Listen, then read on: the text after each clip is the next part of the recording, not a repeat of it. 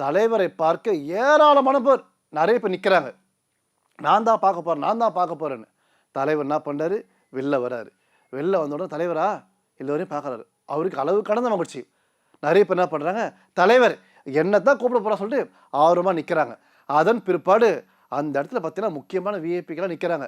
தலைவர் என்ன தான் கூப்பிட போகிறாரு, சிஎம் என்ன தான் பார்க்க போகிறாரு அப்படின்னு நிறைய பேர் சொல்லிக்கொண்டே இருக்க, அங்கே வந்து பார்த்தீங்கன்னா ஒரு அழுக்கு வெள்ளை வேஷ்டி, ஒரு வெள்ளை பனியன் கட்டிட்டு ஒரு நபர் நிற்கிறாரு. ஒரு ஏழை ரிக்ஷா ஓட்டுநர், ஒரு இளைஞர் நிற்கிறாரு. தலைவர் என்ன பண்ணாரு, இங்கே வாங்க அப்படின்றாரு. அவருக்கு அளவு கடந்த மகிழ்ச்சி. அத்தனை விஐபிக்களும் வழி விடுறாங்க. சும்மா கம்பீரமாக நடக்கிறாரு. தலைவரை பார்த்து வணக்கம்ன்றாரு.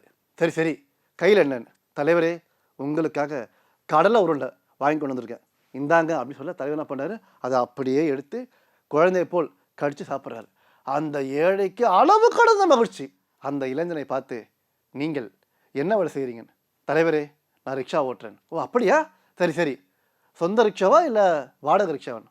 வாடகை ரிக்ஷா தலைவரே அப்படின்னு சொல்ல, சரி நீங்கள் என்ன பண்ணுறீங்க, உங்களுடைய விலாசத்தை கொடுத்து விட்டு போங்கள் அப்படின்னு சொல்ல, அவர் என்ன பண்ணுறாரு, அரசு கொடுத்துட்டு போகிறாரு. மறுநாள் பார்த்தீங்கன்னா அவருக்கு தலைவர் என்ன பண்ணுறாரு, அவருடைய சொந்த பணத்தில் புது ரிக்ஷா வாங்கி தராரு. அந்த ஏழைக்கு அளவு கடந்த மகிழ்ச்சி.